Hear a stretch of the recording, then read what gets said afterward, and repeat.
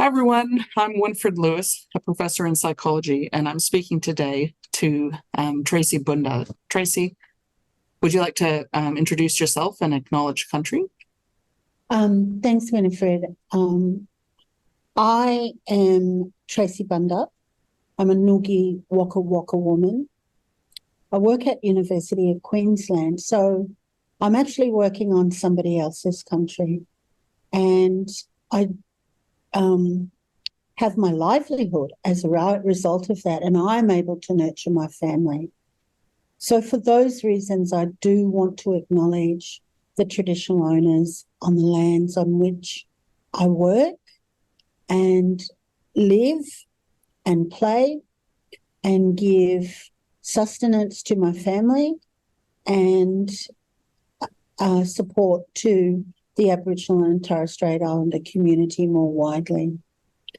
I would also like to add, and perhaps this is now going to be a post-referendum insert to an acknowledgement to country, an acknowledgement of country, is that Aboriginal and Torres Strait Islander people never ceded their countries.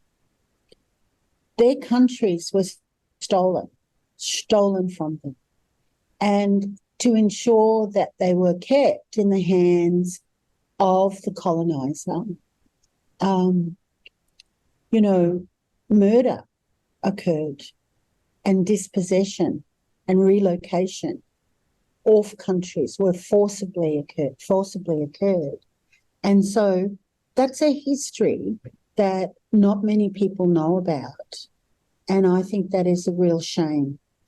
And it's something, I suppose, that post-referendum we need to deal with as a nation. Yeah, thank you. We're recording this in December 2023, less than just over 2 months after the failed voice referendum, which hurt many people, and recognizing that some Aboriginal and Torres Strait Islander people did vote no, but the majority deeply wanted a yes and now feel shattered.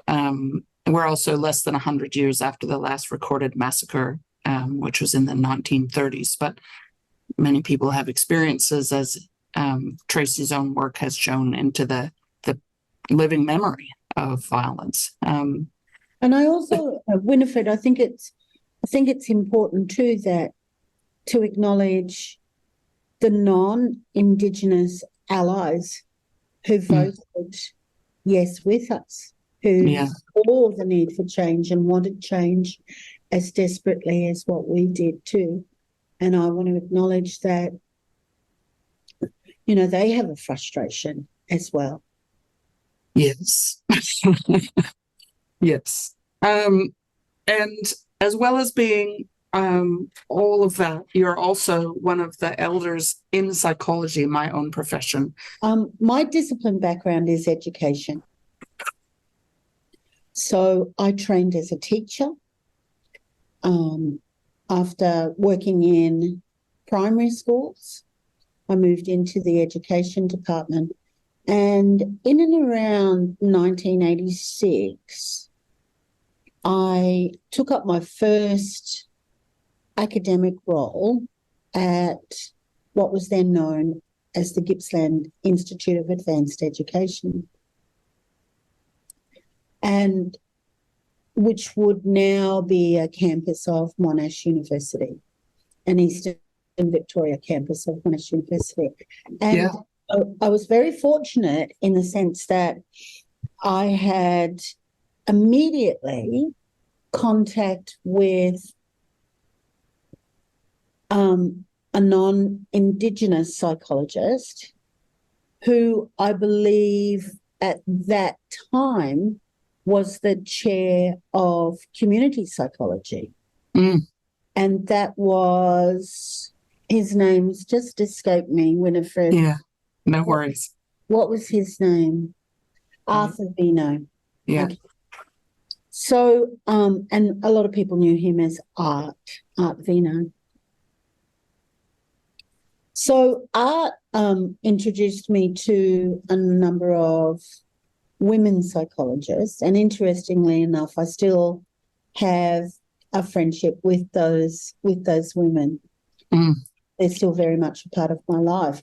So Art, as the chair of community psychology, was telling me the story that the APS had held a conference whereby the only Indigenous contribution was a poster presentation in the foyer of the conference that had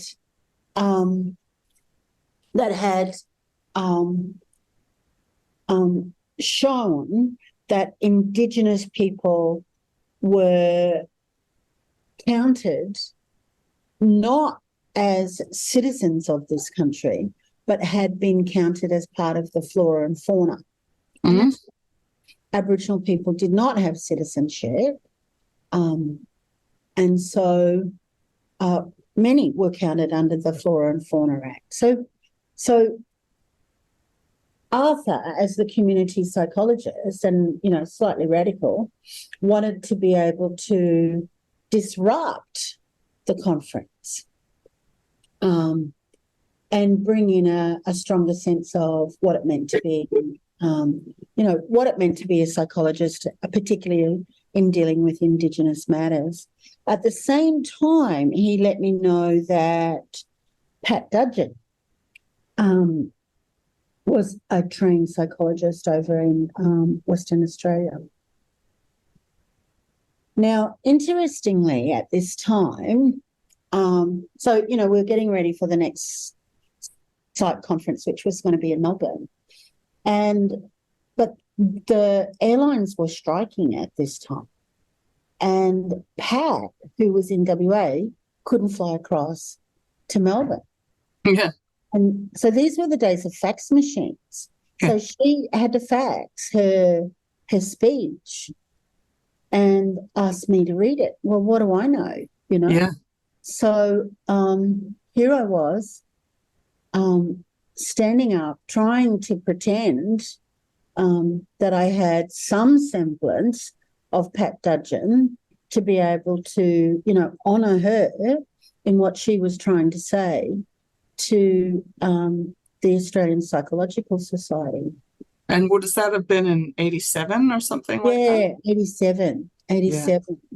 So whilst I was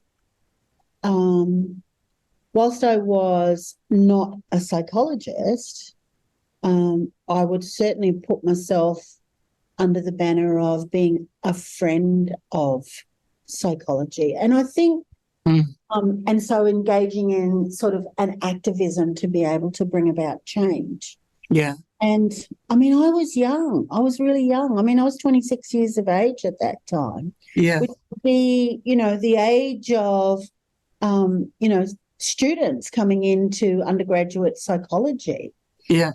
And so I think one of the lessons from that particular time, if I could share a wisdom with young people, is to think about, the type of activist work that you want to be able to do. Mm. And you may not actually find the platform that you want, but it is highly likely that the support that you give in good conscience, good ethic, will make a difference until you actually do find the platform, or you may even end up leading, a space can bring about change. So, I mean, everybody has to hone those skills somewhere, hey? Yeah. So, That's right. poor psychology got me. And then Art continued to be the community chair, and we undertook a number of, I suppose, what we would call now immersion activities. Immersion in Aboriginal and Torres Strait Islander culture. So the uranium issue has always been a contentious issue. Yeah. For Australia. So, we have the horrible historical event of the British being allowed to test their bombs in the deserts of Anangu Pitjantjatjara Yapinjara lands, which had an impact upon, it had a devastating impact upon the Aboriginal communities. That's right. And just to spell that out for people that don't know, atom bombs were dropped on Aboriginal people's lands, including people being killed and blinded and radiation poisoning causing cancer through generations that continue to this day. Yeah. And the Maralinga and Emu Plains bombs are still easily read about on Wikipedia, but not taught in schools. Many people don't know that this occurred. And then, in I suppose the latter part of the 90s, 2000s, the grandmothers took up the campaign, of the same country in South Australia, where they were asking for the uranium to be kept in the ground because it's poison. And at the time, they were successful in being able to ensure, that the government, followed that, heard that, followed that. But that legislation is always at threat, of, nibbled away. And so there has to be a sort of vigilance around that. I had the good fortune when I was working at Flinders University to work with my colleague, Simone Tur. And Simone's heritage, her family come from that country. So it was Simone teaching the rest of us within the team about what was happening and what had happened for her communities. So we knew about these as, genocidal acts against Aboriginal people. So uranium has always been contentious. Uranium is a great money spinner for the government. But of course it's contentious too once it's sold off and then processed. On the one hand, you've got this domestic use of nuclear power plants for the generation of electricity, but you also have rogue nation states, and terrorist groups, using the uranium to be able to develop weaponry. So, I find that ethically distressing. Yeah. That, of course, fast forward to 2023, and there's a UN treaty which bans nuclear weapons that Australia is still being called to sign and ratify that treaty, which you would think would be a no-brainer. And to think that we would be a country that would sell the raw product that could turn into nuclear weaponry, the innocent in another part of the world. I can't think about that too deeply. Yeah. It's just too distressing. So it shows this sort of like commodification of nature as well. Like, so the land that wasn't ceded being mined by these corporations, the profits not shared, and then the product arguably immoral. And of course, we haven't touched on the waste issue, but also, poisoning communities and poisoning country for literally thousands of years. So there's so many problematic aspects to the nuclear industry, but it's a conversation that people are keen not to have in a way. It's often silenced, the conversation about uranium. The business goes on in the background. So, working with APS, we went to South Australia. Yeah, that's right. And that was, I think, in 1988. Were you involved in the first trip to Maralinga? Yeah, right. To Maralinga. And we went to the community met the community and, workshopped along the way and, had lots of conversations and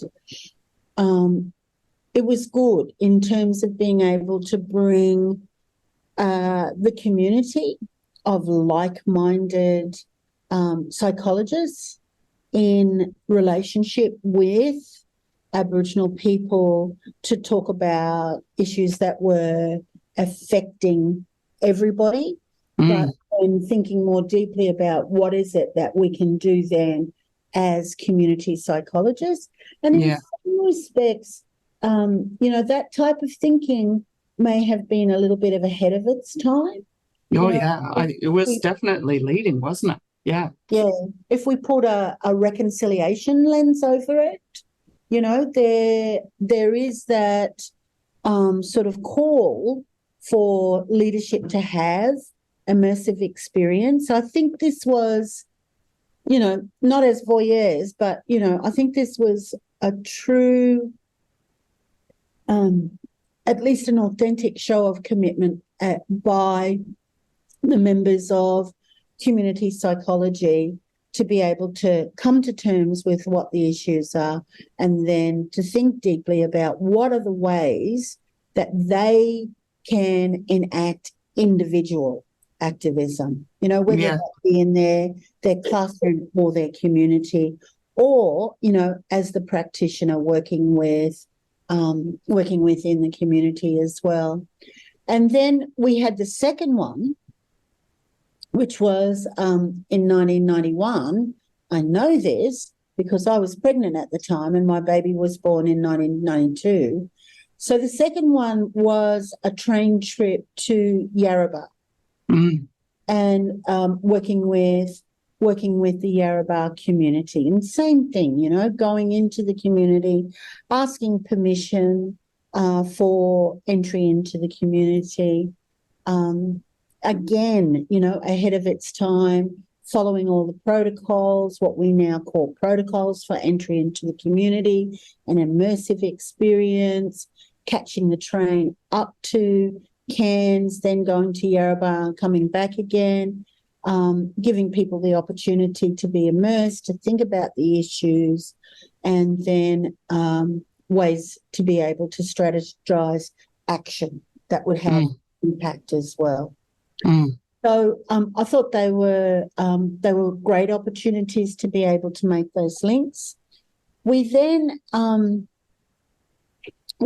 sought to have a database about who had trained in psychology, and this is Aboriginal and Torres Strait Islander people.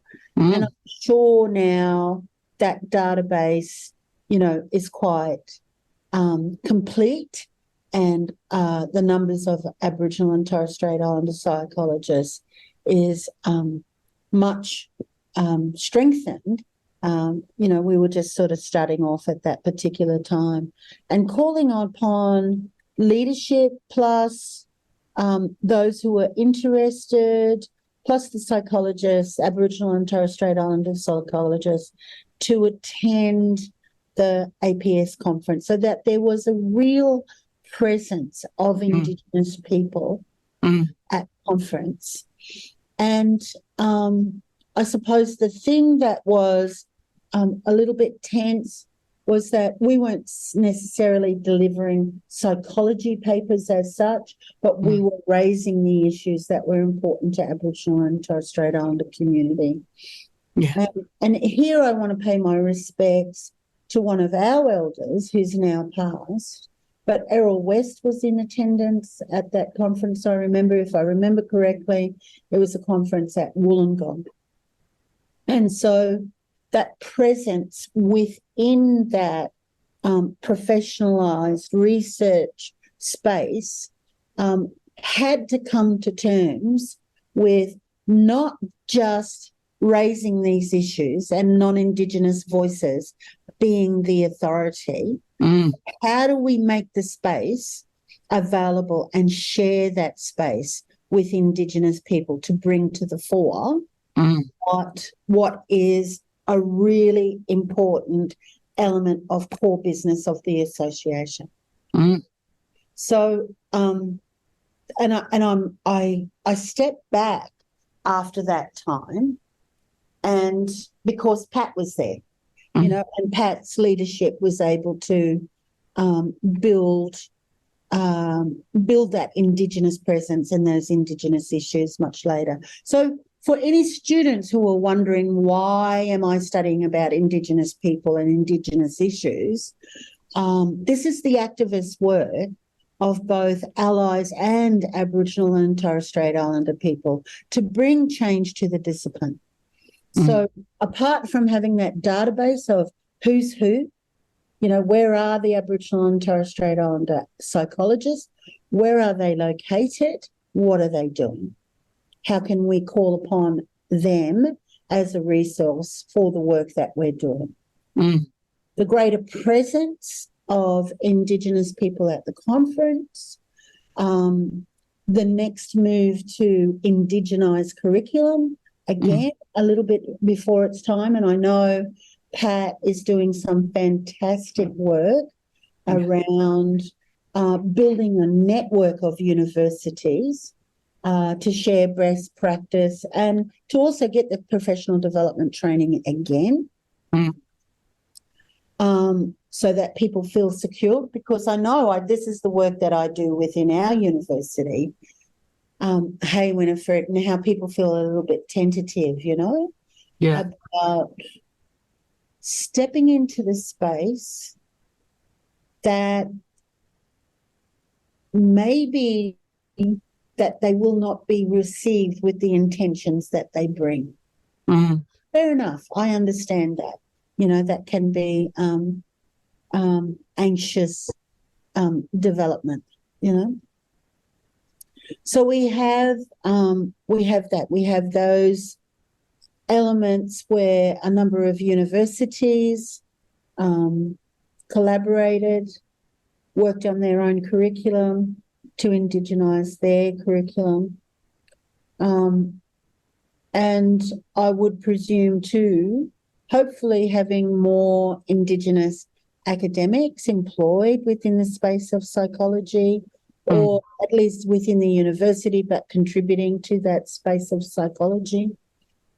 And, you know, in my own work, in my own discipline area, you know, trying to replicate that as well with our professional association to bring about that transformative change. And then the APS put out that fabulous apology. You know, it was a model. Every other professional research association in the country sat up and took notice. Yeah. You know? So we're talking about, I think it was the 2006 apology by the APS, which recognized that psychology had not just been a sort of neutral or benevolent bystander, but it had actually been part of a racist practice and research agenda, that they had contributed to a sort of deficit understanding of Aboriginal and Torres Strait Islander people as being flawed, and you know, differences from the white norm being a deficit that needed some sort of commentary or fixing by non-Indigenous people. And so the apology really acknowledged all of that and took responsibility for it and made a pledge of change. That's how I remember it. Is that how you remember? Yeah. It was just fantastic. Yeah. And I think it took our association another year, 2 years, to be able to replicate that. That the model was there within the Australian Psych Society. You know, and I think I will sing the praises around the Psych Society for bringing that type of transformation. You know, but is it perfect? No, of course not. You know, and then I think the other thing that's happened as a result of that Indigenous engagement is, you know, it is Indigenous psychologists who are doing the cultural awareness training for the membership, you know, for the psychology member per se, Australian Psych membership, to be culturally aware and trained. So that's a really good thing as well, you know? Yeah. I think if I could turn now just to sort of speak to this notion of engagement with Aboriginal and Torres Strait Islander people. Would that be all right? Yeah. Winnifred? Yeah.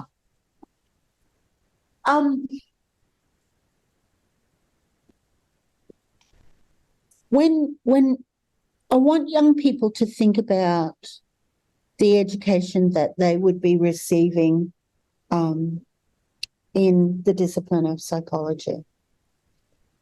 And yet at the same time understand that there are two knowledge systems that operate within this country, and one has subjugated the other. But as a result of the work that Aboriginal people, Torres Strait Islander people have done in the field of psychology, it is to bring to the centre that other knowledge system. So I think it's really, really important for non-Indigenous people to think about that, that there is this other knowledge system that operates. Yeah, and I'm sure some of our viewers would have no idea what you're talking about. But I think, like, how I understand it, if I was explaining it to a young psychology student, is, you know, we spend the whole first year saying observation and anecdotes are flawed. And they're flawed because they produce this reserved sort of kind of folk wisdom, which is partially right and often wrong. And so the solution to this is lab-based methods and experiments in particular. Here at UQ, we love that stuff. And so if you keep going down this path, you end up totally ignoring the alternate knowledge system, which is the wisdom that's passed down through generations of Indigenous Australians, including Indigenous Australian psychologists, Aboriginal and Torres Strait Islander psychologists, who are not just coming from a tradition of experiments, but a tradition of, you know, knowledge that's tested through generations of lived experience. Would you say something like that? What else would you say around this?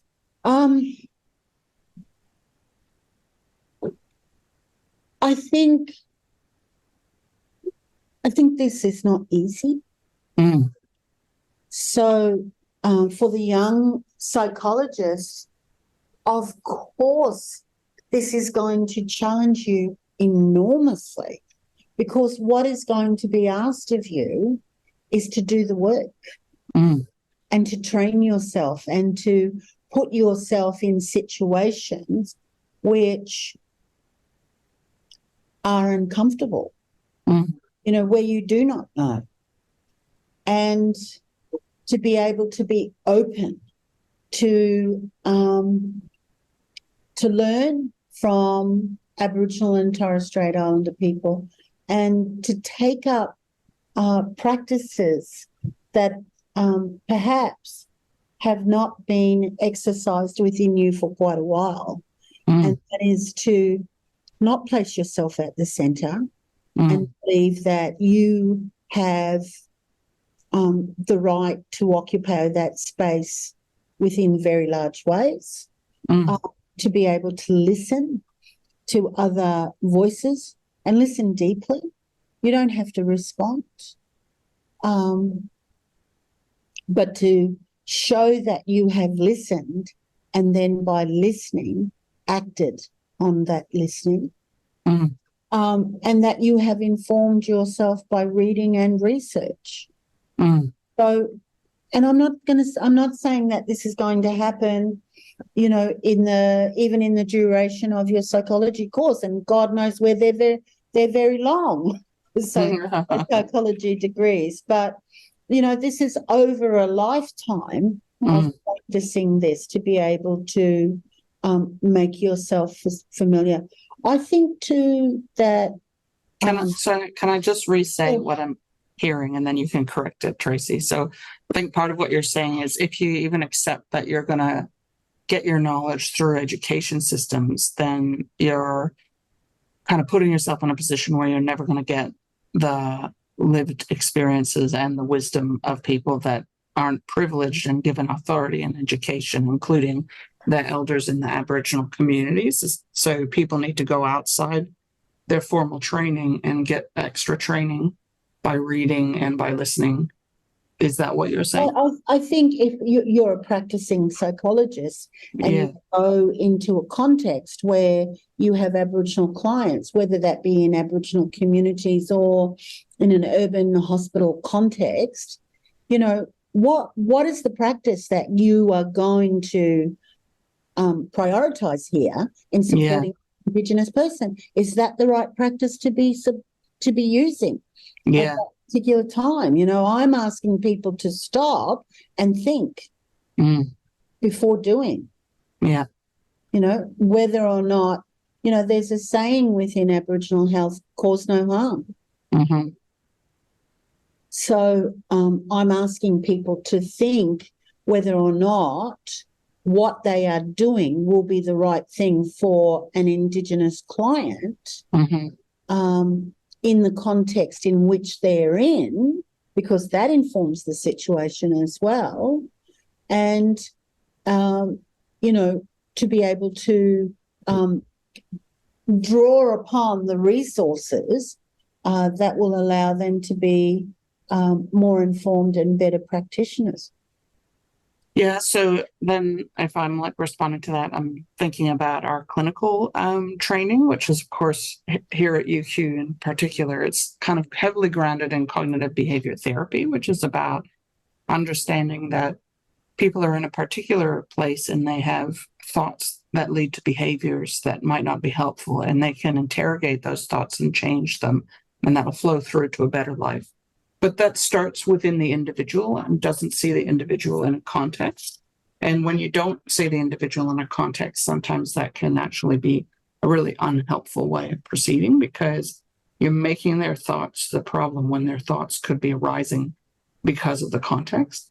That's one of the issues. And the other is, you know, things like being more individualistic rather than collective, or taking a family systems approach, seeing the person and their family responsibilities in their family context as one organic whole, rather than trying to treat the individual and not taking those relationships into account. That's something you mentioned earlier. I don't know if it'll be helpful to talk now for the benefit of the audience about how important a relational understanding is and a relational practice. Look for, and I want people to understand, I don't want to sort of, I don't want to be one of those people either that fixates on the, you know, those exotic narratives about Aboriginal and Torres Strait Islander people. You know, I'm not necessarily, you know, I don't want to homogenise Aboriginal and Torres Strait Islander experience. It is quite diverse, and it's diverse for a whole bunch of reasons, but certainly at the core is the impact, you know, generational impact of colonisation. And so, you know, for those Aboriginal and Torres Strait Islander people who are embedded within Aboriginal and Torres Strait Islander communities and families, there is a rich sense of relationality that doesn't necessarily operate in the same way within non-Indigenous communities. So what do I mean by this? So there is a strong sense, and it doesn't disavow, Winnifred, the right to have individuality, but other components of identity are very much related to the collective, as you were talking about. So it's important to be able to recognise whether or not those forms of relationality are embodied, you know, within the individual, because in that way then you would take a more holistic approach, as you were talking, because that person is so pivotal, highly likely to be pivotal to, the collective of the family and the community. And so in some respects, maybe this is sort of a bit onerous as well, but particularly in Aboriginal and Torres Strait Islander community context, you are then working with the community through the individual. Mm. And I think that's really important for the psychologist to become known by the Aboriginal and Torres Strait Islander community as someone who is a safe space. Mm. So maybe that's an important question as a non-Indigenous psychologist. Am I a safe space? And if you say yes, then ask yourself the further question, how? How have I become a safe space, for Aboriginal and Torres Strait Islander individuals, families and communities, One of the ways that this is meant to happen at UQ, as you know, is through the delivery of some online modules, which have been created and which I must say are great. As far as online modules go, they are among the best I've ever seen. But they are a slightly dodgy and third-party way of delivering relationships. And there isn't a relationship when you're receiving these modules. What are your thoughts on how people are meant to become a safe space? And is it really about going outside the institutional structures, the institutional modes of learning that people are offered here as students? I think you have to. Yeah. Whilst you can learn from an online module, it doesn't really make any sense until, you have the practical situation that, you step into. Where you could be the best student under the sun, but where this is such a unique and different experience to you that you could be making mistakes. Yeah. So I think, and I would say to people at that point, don't give up.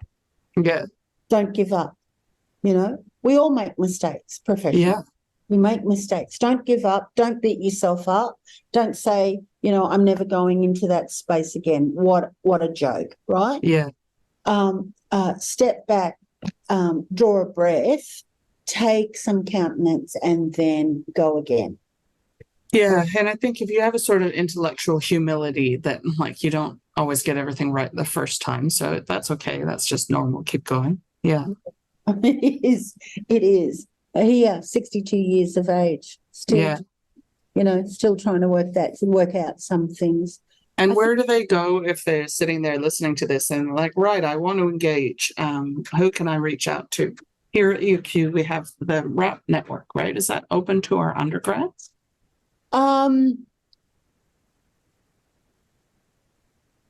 We did have, I think we had some student membership there, but I'm doing a double take here, Winnifred, because I think it's postgraduate students more so than graduate students. But at that undergraduate level, I'm sure there are opportunities through clubs and societies to be able to have engagement within, one club and society having an engagement with the Indigenous student club and society. My first point of reference was, well, which is the lecturer that is helping to facilitate those learning modules and what kinds of contacts do they have within the community and help me develop those relationships with Aboriginal and Torres Strait Islander people. I think too, think about where you come from and is there places that are relevant for you to make contact within your own community. Aboriginal and Torres Strait Islander communities are all over the place. And I think to do some research as well about cultural safety, cultural learning, and even it depends on, I suppose, where the young psychologists are going to end up. Keep your ears open to the organisation that you're working in, who they're working with. Mm. I would say the majority of health organisations would have know about, and when required, would be able to reach out to the Aboriginal community-controlled health organisations which are across this nation. Yeah. There used to be such a great course here at UQ run by Paul Barnett called Indigenous Mental Health in fourth year. It was a seminar course, and students would hear every week from different Aboriginal and Torres Strait Islander health practitioners, mental health practitioners from a psych background and also from other backgrounds like social work and counseling. And then they could go out and have some of them had placements in those for their masters. And wow, that sounds great. I want to do that. Awesome. Yeah, they don't, because Paul was not valued, promoted, and retained. He's now at Griffith, benefiting their students. And so, as far as I know, we don't have those kinds of opportunities here. It's a real gap. And we do have the amazing Hayley Williams, who is running a psychology student support group for our Aboriginal and Torres Strait Islander students. And so that's one resource if you are from that Aboriginal and Torres Strait Islander background. But for non-Indigenous psychology students that want to engage on a deeper level, there is a bit of a gap, as far as I know, in terms of, placements, and it's kind of put a bit on their shoulders. There isn't a structured pathway that there used to be. And I guess that's part of the issue that I see here at UQ. I don't know if you want to comment on this, Tracey, but some of the resources, because they have to be developed for a kind of mass audience, have gone towards a more standardized and, kind of short module online learning opportunity. And then where I see room for improvement is creating the pathways to practice and to engage practice. It's the moment, isn't it? Yeah. The gap and absence, or is a gap an opportunity? Yeah. Yeah. So, I tend to like the challenge of being able to fill that gap with lots of opportunities and some strategizing and, some good work. I think one of the things that UQ does have is those student-staff partnerships. Right. Okay. And I've known across the university, for example, the press book that was released recently about relationships with Aboriginal and Torres Strait Islander people, the language of relationships with Aboriginal and Torres Strait Islander people. Sorry, just to jump in, this is a free online book. Yes, and you can go to the library. You can go to the library website. So it's the language of relationships with Aboriginal and engaging with Aboriginal and Torres Strait Islander peoples. So it's on the library website. That came about as a result of a student-staff partnership over a year, I can think of... So how would a student try to initiate a student-staff partnership? What even is a student-staff partnership? Okay, so can I just give you another example? Okay, sorry. So over in law, Dylan Leno, with students, created the curriculum for a second-year course on Aboriginal law because there was nothing in that particular course. And so what will happen next year is that Dylan, as a non-Indigenous academic, will be teaching with an Indigenous law academic. So I think in part it has to be initiated by an academic. Right, okay, yeah. So this is a challenge for our staff, viewers, if any, and or just me. And, here's the opportunity to be able to fill that gap. So you can initiate the student-staff partnership. And the benefit to the students is, apart from the experience of working with their academic on a project and having that project experience, which they can put on their resume come CV, is that they will be paid. So at the point of project formulation, the students will get half payment, and then at the end, when you do a final report, there will be another payment. So medicine has just completed one. In medicine pre-entry, there's this thing called mini medical interviews. Very, very white. And so the staff working with the students, with the Indigenous students, have now created some Indigenous medical mini interviews, you know? Okay, yeah. To insert that alternate positioning. So, you know, there's that sort of opportunity to be able. And I'll just say, you know, I don't know how wide our viewership will be, but this is the kind of thing you could Google at your own institution. You could Google, you know, QUT or UNSW Student Staff Partnership or these are small grant opportunities within the university that you can then build into something larger, because it not only benefits the students, it also benefits the academic as well. You know, there is a particular frustration because you don't have this resource, then you have an opportunity to be able to do that by building that resource, you know. And so, you know, we wrote that press book as part of the infrastructure for indigenising curriculum. That's awesome. You know, because people didn't know, you know, and people want to know how to be able to have that relationship. What are the mistakes I'm making, you know? So in some respects, part of that book is sort of teaching non-Indigenous people what they don't see because they've been taught not to see. Yeah. You know? So, you know, there's that sort of opportunity. In terms of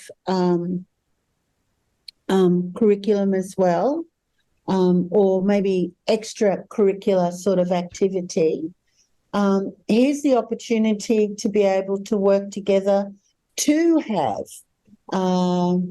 mid-semester, end of semester symposium. Just call out, you know, find out from your friend who he's working with, and maybe, you know, you can have mini symposiums where the Indigenous voice is invited into. Aboriginal and Torres Strait Islander people are pretty generous. But I think too, you need to think about that principle of reciprocity. So here I am asking of Indigenous people, what is it that I can give back? I think you need to have serious thoughts about that. But that's a couple of examples of the ways in which those contacts can be made. Yeah. And I guess that brings up for me the idea of cultural load, which is something that in the latest enterprise bargaining is going to be a bit more recognized. So I don't know if you've had any reflections on that. So the idea here that there's a burden that's put on Aboriginal and Torres Strait Islander staff to be the ones that educate the world and fix racism. And it's not part of their day job. They actually have a day job. So how can we not avoid this hideous kind of tax? One thing that UQ came up with, or the union did, the NTU, that people would have cultural load kind of payment. But if you're asked to do all this extra stuff, sit on all these committees and, you know, deliver all these workshops and speak at all these events, that would be a pay, thing that you could be compensated for that time. And I think that's one way. What are your thoughts on how this can be engaged or respected? I think this is a really problematic space. I mean, there's a concept in law which is called gratuitous concurrence. What is it? gratuitous concurrence. Okay. So when you are in the position of being the minority and the majority asks something of you, so therefore you are valued, then you contribute to that, but it may not necessarily be your agenda. And then you become trapped in this cycle of forever pleasing somebody else's agenda. So I think part of this notion of cultural load is for Aboriginal and Torres Strait Islander people to take stock. Now, the reality is within the university, we have to teach, we have to research, and we have to do something in terms of citizenship.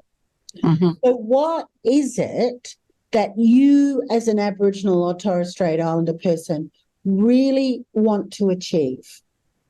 So it's just, I suppose it's a Winnifred. I'm asking for a different sort of view to the practice that has been happening that has caused cultural load, right? And so, you know, for example, this year I want to be able to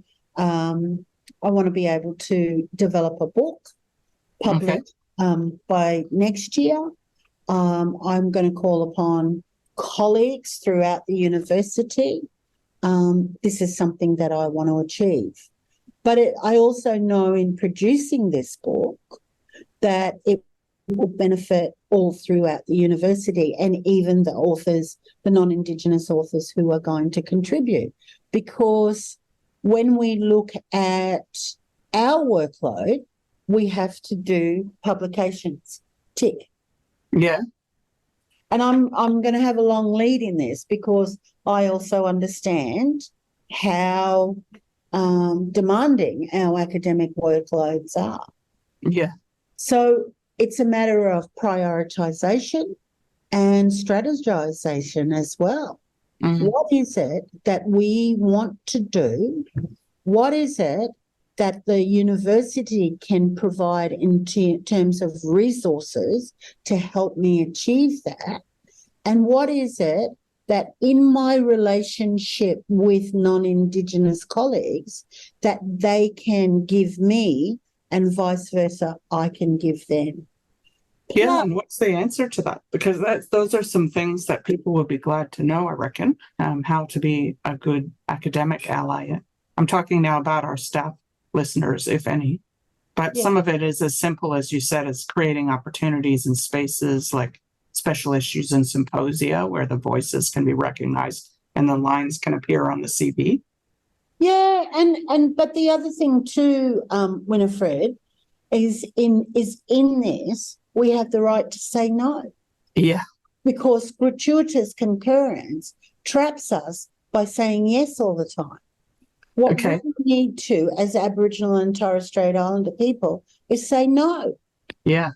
No, that doesn't suit my agenda. That is not my priority. Yeah. Or alternately, talk to me some more. I'll think about it. Yeah. Until I come to a position. See, we don't practice the art of saying no. When you are a member of a minority community and you are subjugated as well, and you know the majority who's approaching you hasn't decolonized. That's the formula for being trapped in this forever. Yes, I will meet your agenda because I want to be seen as a nice person, and I want to see I am valued. Yeah. I literally have a PowerPoint presentation on this with my students. I think there's also gender issues and, of course, the precarity of academia, which is just getting more and more kind of intense and crappy. So people coming into the space, and the reality is there's not jobs for all the PhDs. Not everyone that starts a PhD finishes it. Some people will get a job and then burn out under the insane pressure. So the precarity and the financial threat of that. I think there is a gender dynamic where women are often also disempowered and not allowed to say no. And then you add on top of that the issues of colonization and entitlement that people feel like they can set the agenda, and people should feel grateful to be offered the opportunity to join someone else's party. I These know. are very And- serious. and- Yeah. Yeah, and sometimes those things will happen Mm. for us within the academy to be able to advance our career, you know. But I would also say to the young person who wants an academic career, I would sit down and talk the truth of what that an academic career now is not how an academic career was a long time ago. That's right. You know, so part of the precarity is not being able to have continuity, Yeah. permanency. Yeah. And I And- think it's really important that we support through unions and individually continuity and fight against casualization, which is just something that magnifies the power hierarchies and further disempowers and silences the young and the marginalized people coming in, puts them under the thumb of the powerful people that can give them their next job.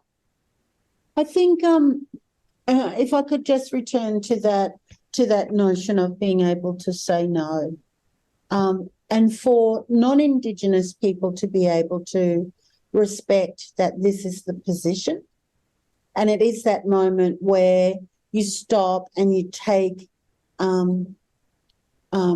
stock of what you have actually asked, but how do you then continue to maintain that relationship with the Indigenous person? Because if that is what is valued, rather than meeting the ends by, a project or whatever, then that becomes much more important, to be able to maintain the Indigenous presence of your colleague within the university, within your discipline, and maybe, no, it's not working at the moment. This is a project that, won't proceed. But as the relationship develops and deepens, you may be able to have opportunity. But I just don't think Aboriginal and Torres Strait Islander people are very good at saying no. I think too, like as a Canadian, we're normally considered to be conflict avoidant. But when I came here, I found Australians are far more conflict avoidant than Canadians are even. And then as I've gotten to know more Indigenous Australians, I perceive that many Aboriginal and Torres Strait Islander people are even more conflict avoidant than most people. And what I mean by that is a kind of cultural valuing of indirectness. So I think I could be wrong, but I perceive that it is much ruder to say no as an Australian than as a Canadian, just as we would find it ruder to say no than an American. Famously, there's a sort of hierarchy of how comfortable people are saying no. I'm sure there is cultural research on this, and maybe I'm getting it wrong, but I think that, there's a kind of a politeness issue. I see it with my Indonesian students as well, where it would be very unusual for an Indonesian student to directly say no to me. Like they say it indirectly, if they say it at all. It's very hard. Yeah. And maybe that's what's playing out, Winnifred, a politeness of whiteness. So, that's that really inscribes the social space for Aboriginal and Torres Strait Islander people to always be seen to be grateful,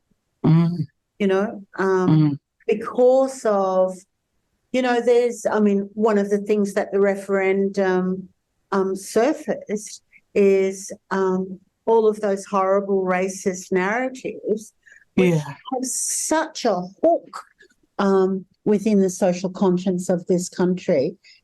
Some days for me, it almost feels like this is what white DNA is, how it's formed, in and around Indigenous people. And the only thing to protect that is education. Yeah.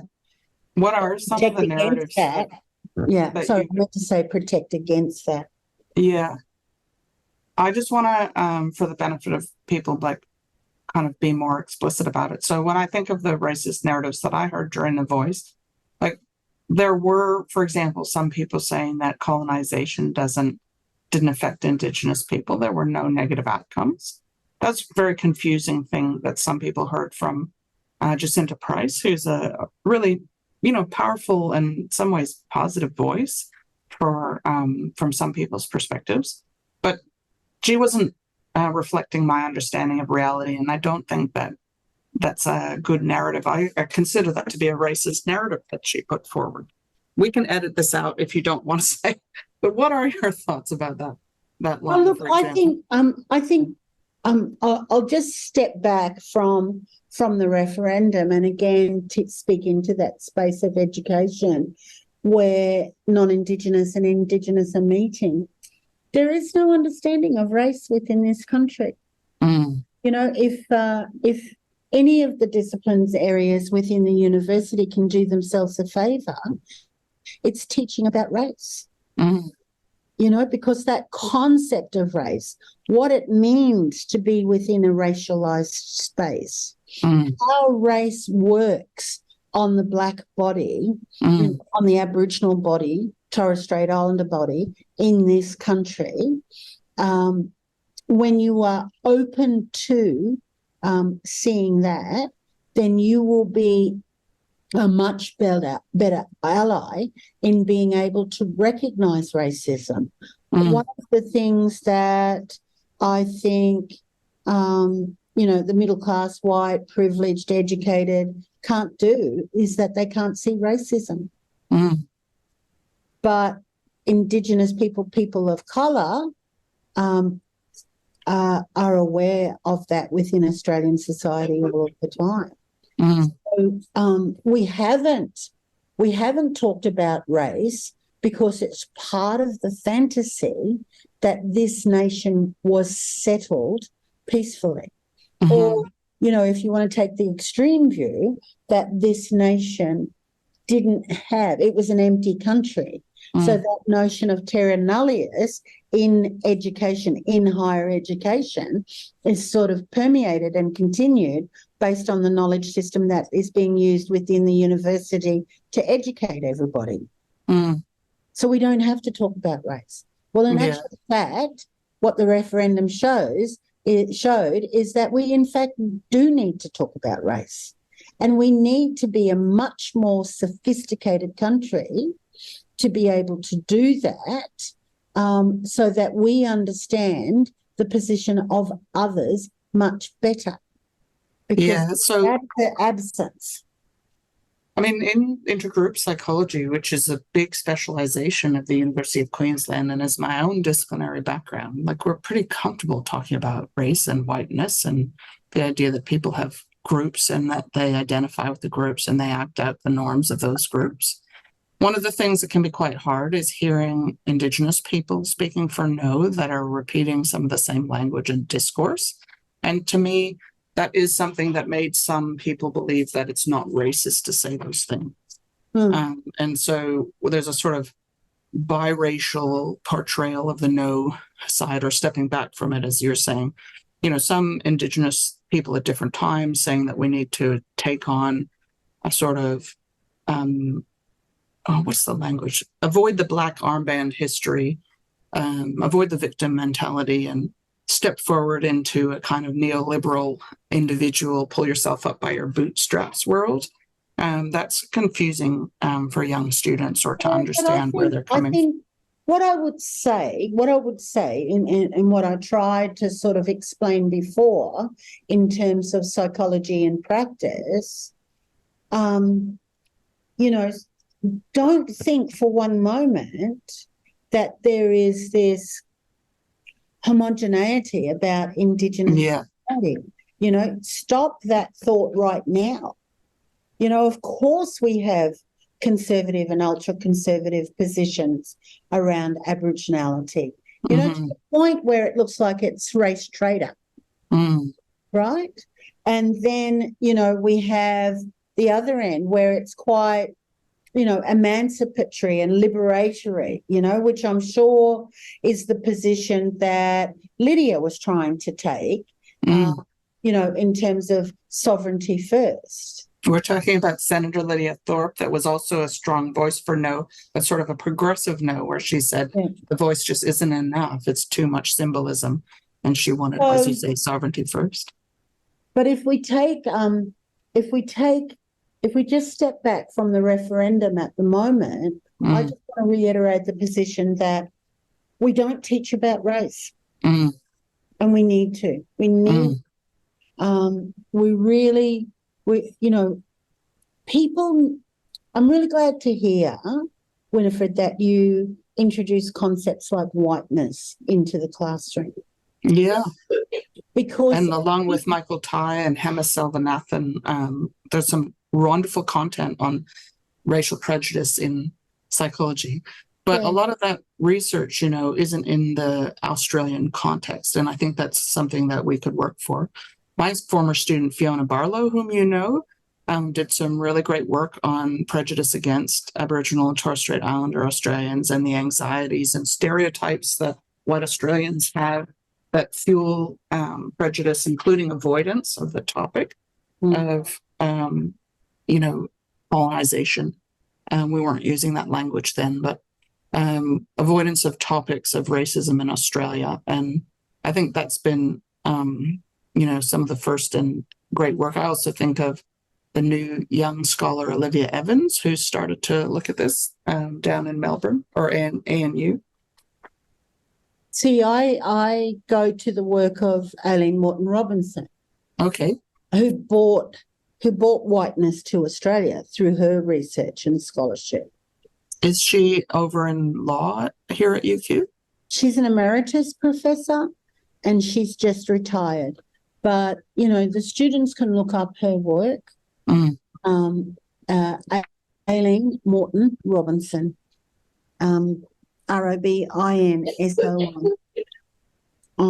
Her work has been seminal in positioning understandings of race, the ways in which she has brought whiteness and understandings of whiteness and how the power of whiteness works against us. She's brought that into Aboriginal and Torres Strait Islander communities as well. So is she a lawyer? No, but she has an interest in law. Okay, yeah. If we think about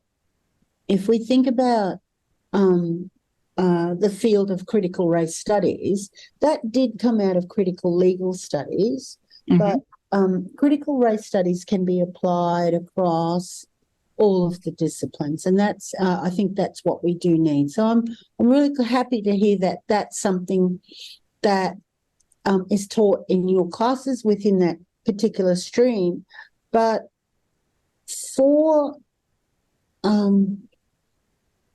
being able to teach non-Indigenous students who have the potential to be future allies so that they can embody all of those understandings so that they can decenter the power of whiteness, they will then be engaging in a form of decolonization that is actually going to make this country, our country, the first owners of country, in a much safer space for us as Aboriginal and Torres Strait Islander people.